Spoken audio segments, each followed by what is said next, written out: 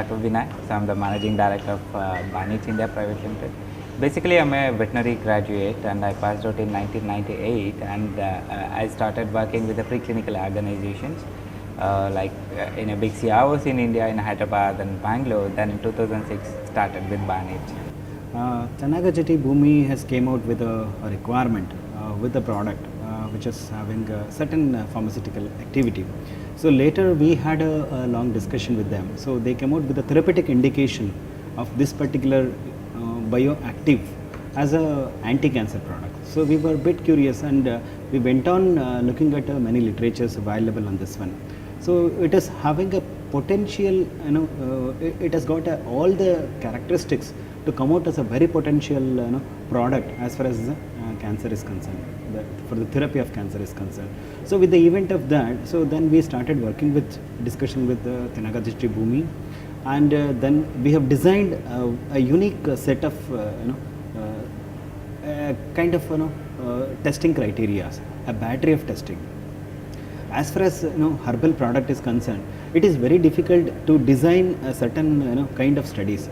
So basically we have to look into the therapeutic indication, we have to look into the duration of therapy, and we have to look into the regulatory perspective. So from all these point of view, if you look in, so what the battery of studies that we have designed and we have given, it is also been accepted by a Malaysian regulatory authority, and in future it is going to be a classical battery of studies to be conducted as far as a herbal product is concerned. This is one unique thing. So as a part of that, so we have almost two exclusive parts in this one.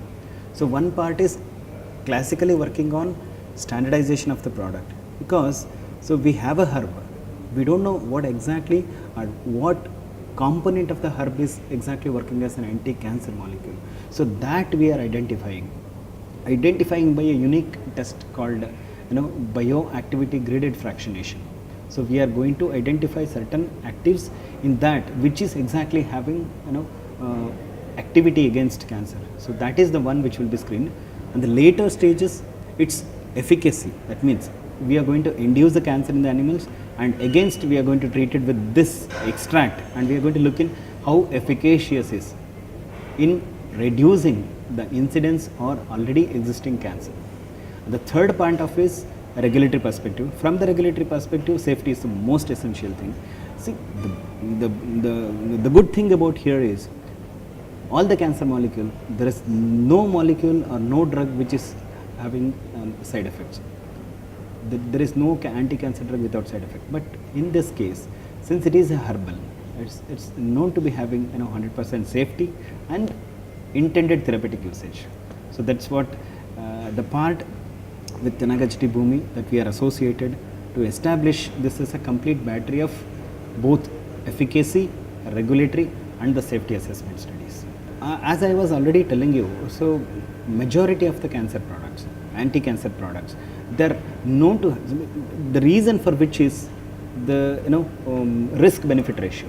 When we look at a risk-benefit ratio in the population, the people will look in, see, even though if it is having a minor side effects or remarkably significant side effects, looking into the safety or looking into the life of a patient, they will consider and release it to the market. But in this case, this is a totally herbal one. So as a matter of herbal product, this is having a unique characteristics of safety and efficacy both. So that is the one good thing about this particular product that we are coming out with. So recently we are looking out globally. The people are shifting from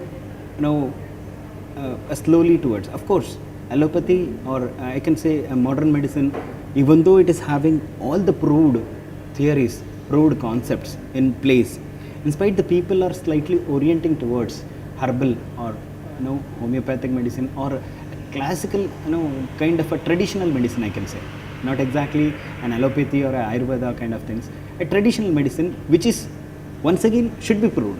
See, now the people are looking towards the safety. So from the safety perspective, the Ayurveda or modern classical medicine or the traditional medicine is looking to be safe. So from the safety perspective, now the regulators become a little bit alert. Oh, fine. In that case, you prove its biology, you prove its pharmacology, and physiological impact. So then bring it to the market. We don't have any objection. So you prove its safety and bring it to the market. So earlier, if you look into the classical medicine or ancient medicine, so they had a concept. They know that this is working like this, but they don't know how it works. Then now the regulator is putting across. You prove how it is working, then bring it to the market. We don't have any objection. So from that point of view, say for example,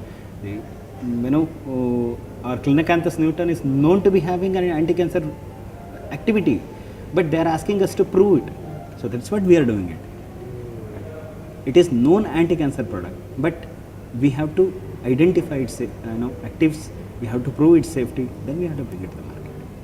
As of now, there are no much anti-cancer products are concerned. As far as herbal anti-cancer, people claim it. I can say people claim that this is having an anti-cancer product. Like the people say this is having anti-HIV product, but nothing is came completely proved as what we are working with Clinacanthus newton with Tenagajeti bhumi. So this is one unique kind. Of course, there are one or two products are available in the market, but not so classically developed as so elaborative. In starting from efficacy, starting from identification of lead till the carcinogenicity, till the carcinogenicity, and I have not come across any products which have been completely proved with this kind of safety. There are few products. This is one unique thing about it.